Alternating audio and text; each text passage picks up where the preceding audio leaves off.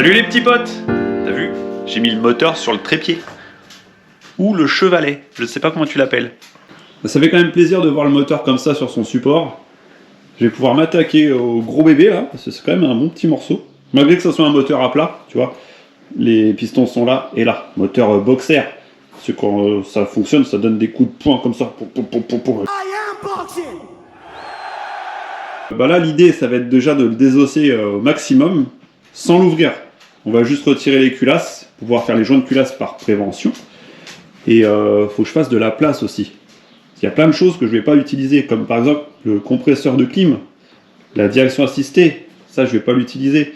Il doit y avoir encore des systèmes à droite à gauche, je n'ai pas trop fait le tour, que je vais peut-être pas utiliser, tu vois, pour faire fonctionner le T3, qui va rester quand même malgré tout simple, avec un calculateur programmable, juste pour que ça fonctionne.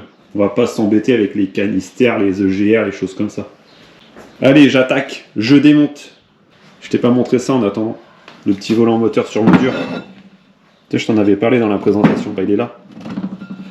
Il est un petit peu rouillé, oxydé, mais c'est pas grave. De toute façon, on va lui mettre un petit coup de peinture pour que ça soit plus joli.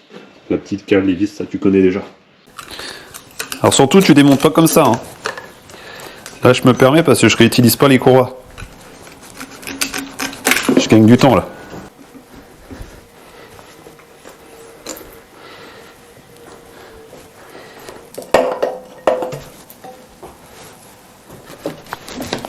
Hop là, bah dis donc, rien que ça déjà, ça fait de la place.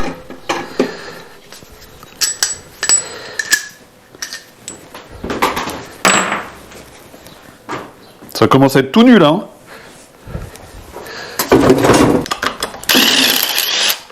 Hop. Bon, j'étais en train de desserrer un petit peu tous les faisceaux, toutes les petites patouilles à droite à gauche, et j'ai eu une idée. Je me suis dit, tiens, l'usine, comment ils font? Ils vont pas s'embêter à mettre les faisceaux, tout passer, tout connecter un par un. Ça doit être un gros module. Tu vois, tout ça là, tout ce bazar avec les faisceaux, je dis, ça doit être une galère. Si j'essaye de desserrer la pipe d'admission, les 4 vis de chaque côté, et est-ce que ça bouge? Tu vois, il y a un gros bazar hein, quand même. Hein. Il y a les papillons, il y a tout. Ça bouge. Ça bouge un peu moins, mais ça bouge quand même, tu vois. Encore des trucs qui tiennent, je sais pas ce que c'est. Mais je pense que je peux retirer tout l'ensemble. Tuyau de reniflard qui m'embêtait en dessous, là. Ça, c'est bon. Ah, ça, ouais. Oui! Je vais le poser là. Ah, ça, c'est bon, ça. Au final, il est peut-être pas si gros ce moteur. Hop, je peux le retirer aussi. Ça servira plus. Hop là. Petite pipe.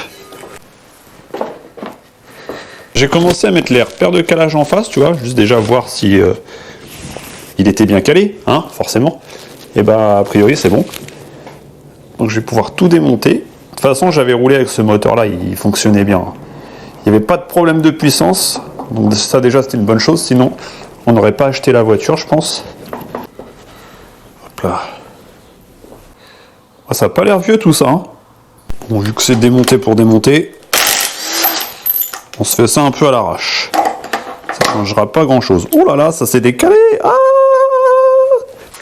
bien, il y a plein de petites protections là pour pas que la courroie saute. C'est pas mal. Hein. De toute façon, c'est quand même des bons moteurs, ça. Avec un bruit vraiment sympa, un bon bruit de péniche, là. Pop, pop, pop, pop, pop, pop, pop, pop, pop, pop. Je le reconnais direct. Oh yeah! Yeah, baby! I'm a rally racer!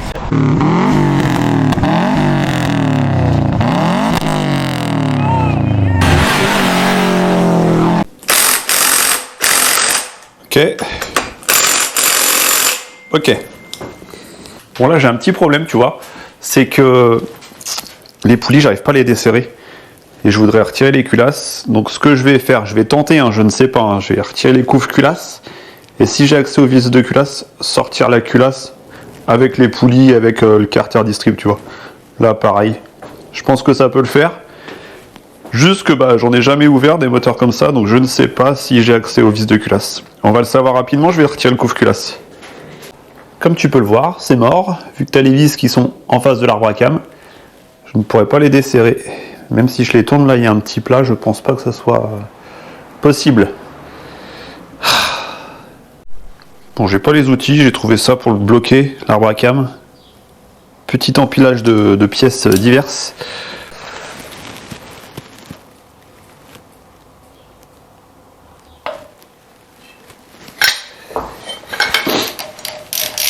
Parfait. Je pense que tu as compris qu'il fallait démonter les arbres à cam pour avoir les vis de culasse. Donc je les ai retirées. Là, je vais les reposer et retirer la culasse. Mais ouais, voilà, faut le savoir. Hein. Tu retires juste tes arbres, après tu peux avoir les vis. Et j'ai même pas retiré les godets. Ils sont toujours à leur place. Je les ai quand même notés au cas où. Hein.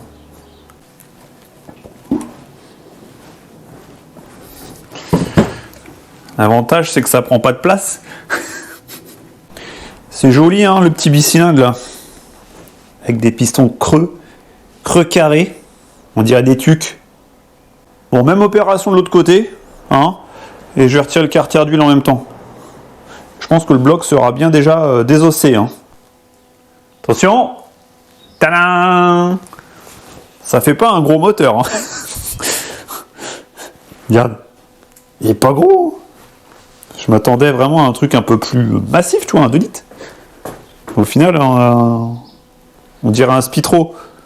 Groupe électrogène, le truc. Regarde, là, t'as le filtre à air, le petit filtre à huile pour changer. Puis d'avoir l'échappement en dessous, là, quelque part, je sais pas où. Tiens, là, regarde. Bon, sinon, on va arrêter de dire des bêtises. Ce moteur-là, il est très propre, il n'y a pas de souci. Regarde, la crépine, je l'ai même pas nettoyée. Il n'y a rien. Tout est d'origine, de toute façon.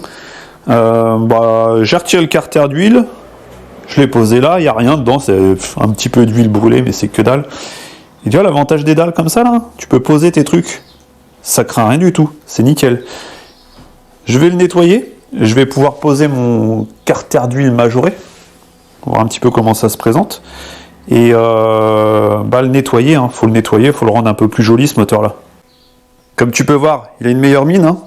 Je l'ai entièrement brossé à l'AEG et maintenant je pense que je vais le peindre ce bloc là parce qu'il est quand même oxydé à certains endroits et ça se voit un minimum. J'ai pas envie d'avoir un moteur à moitié propre, donc je vais lui mettre un petit coup de gris, un petit voile de gris pour uniformiser un peu tout l'ensemble et je pense que ça fera quand même un petit peu plus propre, hein.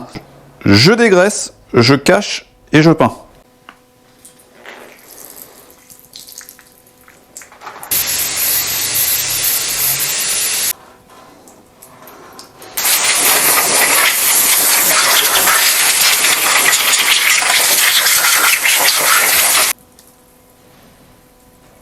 Moteur dégraissé, séché, caché à certains endroits, tu vois. J'ai même fait des plans de jaune culasse. Et là, je vais commencer par appliquer des petites couches bien fines de gris. Mais je vais vraiment pas charger. Je veux pas que, voilà, qu'il y ait une surépaisseur, ça sert à rien. Juste un petit voile. Et en plus, ça tiendra beaucoup mieux dans le temps.